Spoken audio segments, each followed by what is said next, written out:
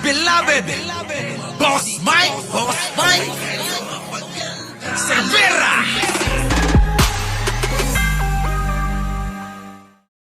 Ito na nga mga kababayan, ako, grabe talaga si Presidente, wala tigil. Trabaho dito, trabaho doon. Oo, samantalang iba, nakaw dito, nakaw doon. Ano, mga kababayan? Anyway, shoutout po sa inyo lahat. Opo. So, eto na mga kababayan, usap-usapan ngayon na matindit malupit. Etong impeachment ng isang muntik nang maging syobet. Hindi, mali. Etong impeachment ng Vice Presidente, mga kababayan. Ano? Itong Vice Presidente, ay nako, maano ngayon trending na usap-usapan kung mai-impeach ba. Ngayon ang tanong mga kababayan, naisip nyo ba kung sino ang pwedeng pumalit? Di ba ba? Sino kaya mga kababayan? Sino? Boycie de Lima, Elizabeth Logan, Elias de Lidona. Oo. Tingin ninyo, sino pwedeng pumalit? Ha? Sino? Pakisagot. Kalma. Baby, kalma. Huwag mo naman akong bigyan ng dahilan para tabihan ka. Nandiyan na rin si Danilo Hilar. Oo, Narciso Alvarez. Opo, Clarita de Guzman. Oh, Lucky Shade. Pinag-iisipan pa ni Manong Bongbong ko kung sino. Sabi niya, ino-offer sa akin. Sabi ko, busy ako. Pagka naging vice presidente ko, hindi na ako makakapag-vlog. Baka matalo ka na sa social media mo. Ay, nako. O, di ba? O, buti sana kung may pagtatanggol ka ng mga Kaso wala naman eh. Eto na mga kababayan. Punta na natin sino nga ba ang pwedeng pumalit dito kay Sara Duterte. Pasok! Ito na mga kababayan. Pasok! Kay VP Sara Duterte sa Sino daw? Sino? Naghahanap pa kasi ito eh. Oo, sinabi lang ang in-offer na sa akin yan. Oo, pinag-iisipan ko pa, mga kababayan. Alam nyo naman eh, mahirap. Oo, mahirap eh. Baka mamaya sabihin ng mga DDS, kaya pala ikaw eh. Araw-araw nagla-live eh. Kasi ikaw ang papalit na kay Sara namin. Masabihan tayong gano'n mga kababayan. Alam nyo naman yung mga yun eh. Buti nga ako araw-araw eh. Kayo, oras-oras nagla-live eh. Di po ba? Yung mga DDS, oras-oras nagla-live. Isip na itong mga ito. Ito na mga kababayan. Bakit? Sino? At bakit? Pasok ha. sinong papalit kay VP Sara Duterte sakaling matalo siya sa impeachment.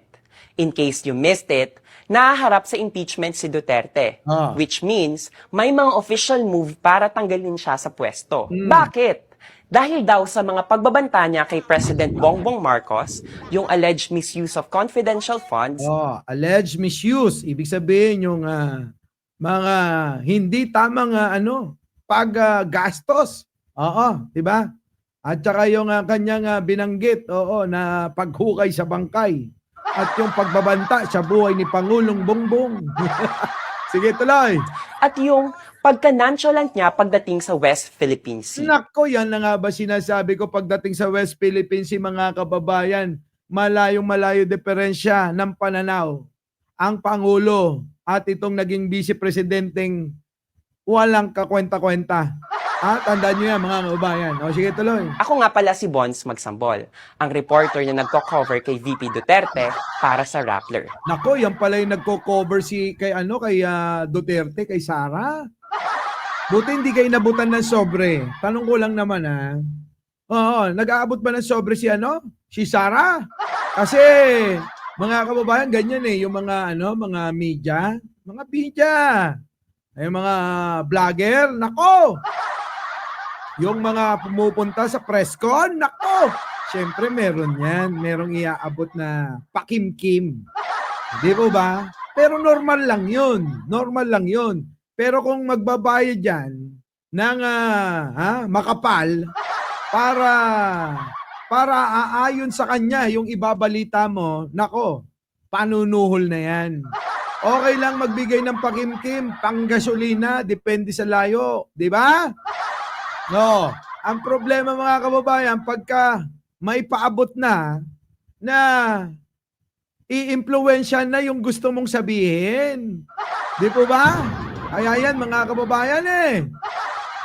Sabi ni Alvin Badoy, Sir Mike, nabalitaan mo ba? Oo, nabalita na natin yan kagabi.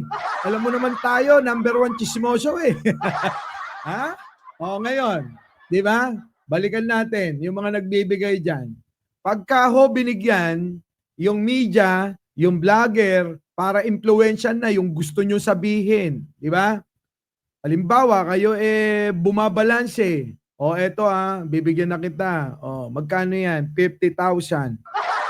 Yung balita mo, kailangan bias sa akin. Ganun eh. Di ba? Pangit eh. Pero yung gusto mo lang marinig, yung kanyang sinabi, mga kababayan, minsan talaga merong paabot yan. Oo, kadalasan niya sa mga normal na mga press-con. 3,000 pamasahe, oo. Di ba? 3,000. Pwede yun. Ibig sabihin nun, token of appreciation. Pero mga kababayan, kapag kayang kumapal na, umabot na ng 10, 20, 30, 40, meron ang ibig sabihin yan. Ang ibig sabihin niya mga kababayan, maging bias ka na. Oo, puti pa to eh. Mukhang hindi. Sige, ulitin natin Pakinggan ninyo mga kababayan. Sinong papalit kay VP Sara Duterte sakaling matalo siya sa impeachment? Sino? In case you missed it, nahaharap sa impeachment si Duterte. Correct. Which means, may mga official move para tanggalin siya sa pwesto. Marami. Bakit? Dahil daw sa mga pagbabanta niya kay President Bongbong Marcos, Ayan. yung alleged misuse of confidential funds, Isa pa yan. at yung pagka-nonchalant niya pagdating sa West Philippine Lalo Sea. na yan. Ako nga pala si Bons Magsambol, ang reporter na nagko-cover kay VP Duterte para sa Rappler. Pag-usapan natin tong issue.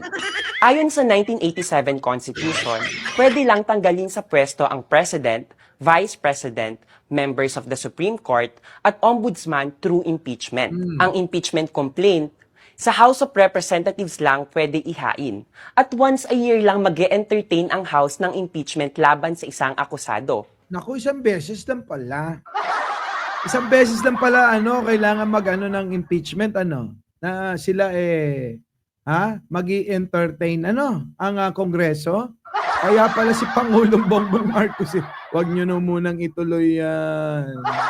Wag nyo na munang ituloy kasi delikado yan. Kaya tuloy. So, pag pumalya itong current impeachment move laban kay Duterte, hintay muna ulit ng 1 year bago pwedeng kasuhan ulit siya ng impeachment. Boto ng Tagal isang taon uli. Sige tuloy. Tagal nun, mga kababayan. 1/3 ng lahat ng members ng House ang kailangan para matuloy ang isang impeachment. Yan, May 307 members ang House ngayon. That means, at least 103 ang kailangang sumang-ayon na ipatanggal si Sara Duterte para umandar ang impeachment. If manalo ang impeachment sa House, tanggal na ba siya sa pwesto? Hindi. Isasabit pa ang impeachment sa Senate. Ayan na akala nyo ba kapag ka naisampa na, nagwagi na sa Kongreso, yung 1/3 mga kababayan ng mga congressmen. Diba? So ngayon mga kababayan, idadali niya ngayon sa Senado. Ang Senado naman ngayon mga kababayan, tulad ng sinabi ko noong nakaraan, magiging parang mga judge, taga-usig. Kung, eto ba matutuloy, maaakwit, mababaliwala, matatanggal. Ganon. Sige, tuloy. na magsisilbing trial court. Pwedeng ma-convict o ma-acquit yung opisyal na na-impeach. Ayan Sa na. Senate naman, baliktad ang requirement.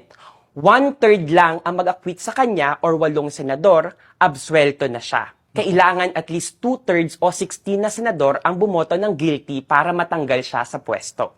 May mga senador nang nagsabing hindi sila sang-ayon sa impeachment kay VP Duterte. Ayun Sa na nga. projection namin Yan na nga si Jinggoy. Sa projection nyo dito sa Rappler, base sa mga allegiances ng mga senador, mukhang madaling makukuha ni Duterte ang at least 8 acquittal votes. Naku, mukhang madali lang daw, hindi mahihirapan. Kaya ba siguro, alam mo, galing talaga ni Presidente, no? Alam niya na na magiging walang kwenta eh. Eh bakit, mga kababayan? Eh kita nyo, sabi rito mga kababayan madali lang daw makukuha yung 8. Sino kaya yung 8? Sige, alamin natin. Sino? Kung sakaling makonvict si Duterte sa Senado, sino ang pwedeng pumalit sa kanya? Ayan, oo. Yan. Pero bago yun mga kababayan, paki-comment naman dyan kung sino yung maaaring 8 na bumoto para ma-acquit si Sara sa impeachment. Paki-comment naman mga kababayan! Ayon sa Section 9, Article 7 of the 1987 Constitution, pumalit sa kanya. Sa Senado, sino ang pwedeng pumalit sa kanya? Ayon sa Section 9, Article 7 of the 1987 Constitution, magno-nominate ang presidente ng bagong vice president. Magno-nominate ng bagong vice presidente ang si Pangulong Bongbong. Sino kaya ang pwede? Pwede siyang pumili mula sa House o sa Senate. Nako, pwede siyang pumili sa House, pwede rin sa Senate. Sino pa? Ano pa? Tapos nun, kailangan magbotohan ng both chambers of Congress kung approve ba sila sa bagong VP o hindi. So, Magbobotohan naman ngayon sa Congress, mga kababayan, kung aprobado o hindi. Sige, tapos? ang haba ng proseso, no? Download nyo na. Sinong papalit kay VP? Mahaba ang proseso, mga kababayan. Kaya tinamad si Pangulo siguro, haba-haba ng proseso, demanda nyo na lang yan. Isip-isip siguro ni Pangulo, alam nyo, haba proseso yan. Demanda nyo na lang. Kaysa impeach nyo pa. Diba? Ganun yun mga kababayan.